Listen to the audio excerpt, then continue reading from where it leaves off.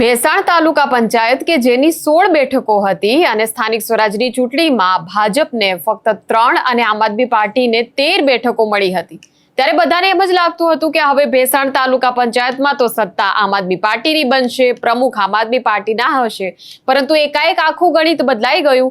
બહુમતી હોવા છતાં આમ આદમી પાર્ટી સત્તા ન બનાવી શક્યું અને પ્રમુખ ભાજપના બની ગયા છે। કઈ રીતે તેની વાત કરીશું આ વિડીયોમાં। નમસ્કાર, નિર્ભય ન્યૂઝમાં આપની સાથે હું મયુરી। ભેસાણ તાલુકા પંચાયતમાં આ વખતે જ્યારે ચૂંટણીના પરિણામો આવ્યા ત્યારે તાલુકા પંચાયત પર આમ આદમી પાર્ટીનો કબજો રહેશે તેવું સૌને લાગતું હતું, કેમ કે 16 બેઠકો હતી ભેસાણ તાલુકા પંચાયતની, જેમાંથી 13 બેઠકો પર આમ આદમી પાર્ટીના ઉમેદવારો વિજેતા બન્યા હતા, જ્યારે ભારતીય જનતા પાર્ટી ખાલી 3 બેઠકો પર સમેટાઈ ગઈ હતી।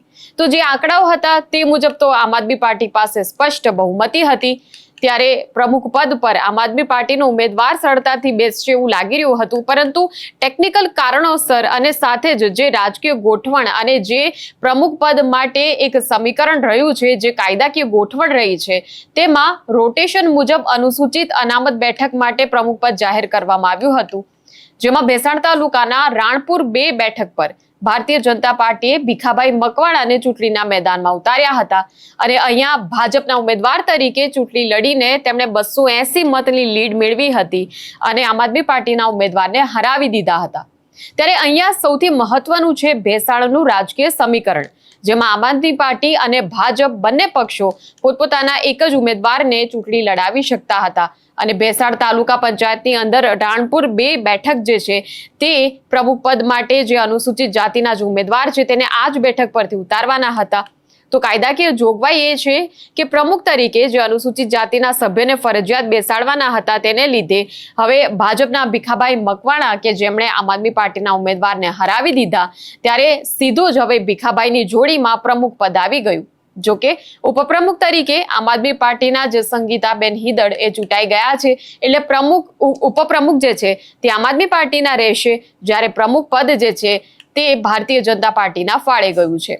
ત્યારે ભેસાણ તાલુકા પંચાયતનું જે આ રાજકીય સમીકરણ છે એ આખા જૂનાગઢમાં ચર્ચાનો વિષય બન્યું છે, કેમ કે જ્યાં બહુમતી આમ આદમી પાર્ટી પાસે હતી તેમ છતાં પોતાનો પ્રમુખ ન બનાવી શકી, સત્તાથી વંચિત રહી ગઈ, જ્યારે ભાજપને અહીંયા ઘર બેઠા લોટરી લાગી ગઈ। તો જીતેલા નેતાઓ આ મામલે શું કહ્યું છે તે જોઈ લઈએ।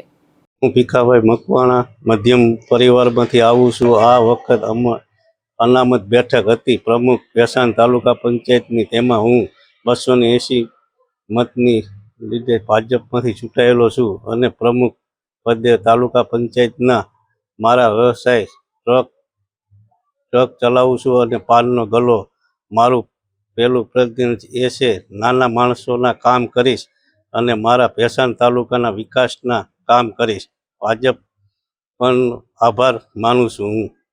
ખાસ કરીને જોવા જઈએ તો તમને કેવું લાગે છે, સામાન્ય પરિવારમાંથી આવો છો અને એક ટ્રક ચલાવતા, તો તમને કેવું લાગે છે ભાજપે તમને? મને ભારતીય જનતા પાર્ટીએ મોકો આપ્યો એનો ખૂબ ખૂબ આભાર માનું। તમારા સ્થાનિક આગેવાનો કોણ કોણ કે તમને? સ્થાનિક આગેવાનો ચંદુભાઈ મુસ્દર, સુરેશભાઈ સરપંચ, આરીફભાઈ નાઈક, હર્ષુખભાઈ સાદિયા, મગનભાઈ મકવાણા, પ્રેમજીભાઈ સોમાભાઈ રાખસિયા અને પ્રવીણભાઈ મારું, તેમનો સાથ સહકારથી આટલે મને પહોંચાડ્યો છે, એનો હું ખૂબ ખૂબ આભાર માનું છું। તમારો મુખ્ય વ્યવસાય? પેલા કોન્ટ્રાક્ટ હું ધંધો હતો, પછી ટ્રક લીધો, ટ્રક ચલાવી અને પાનનો ગલ્લો છે। હું વજુભાઈ મોવલિયા, ભેસાણ માર્કેટિંગ યાર્ડનો ચેરમેન। ભેસાણ તાલુકા પંચાયતની ચૂંટણી આવતા રાણપુર 2ની બેઠક અનામત હોવાથી આ સીટના પ્રથમથી જ નક્કી હતું જે ચૂંટાય તે તાલુકા પંચાયતના પ્રમુખ બને, એટલે આ ગામના આગેવાનો ચંદુબાપા, સુરેશભાઈ સરપંચ, નટુબાપા આ સીટ ઉપર સતત 4 વખતથી કોંગ્રેસની સીટ આ જાળવી રાખી હતી। દિલુભાઈ વાંકે, એ દિલુભાઈ અને બધા સાથે મળીને એ ભાઈ ભીખાભાઈની પસંદગી કરી। અહીંયા અનુસૂચિત જાતિનો મોટો વિસ્તાર છે, એ બધા આગેવાનોને સાથે રાખ્યા અને એમાંથી આ નામ પસંદ કર્યું। બધા આગેવાનો આખી ચૂંટણીમાં સાથે રહ્યા અને ભીખાભાઈને જબરજસ્ત બહુમતીથી જીતાડ્યા। આ કુલ 16 બેઠકમાંથી 13 બેઠક આમ આદમી પાર્ટીને ગઈ, 3 બેઠક ભાજપને ફાળે આવી, પણ પ્રમુખ તો ભાજપના જ બન્યા।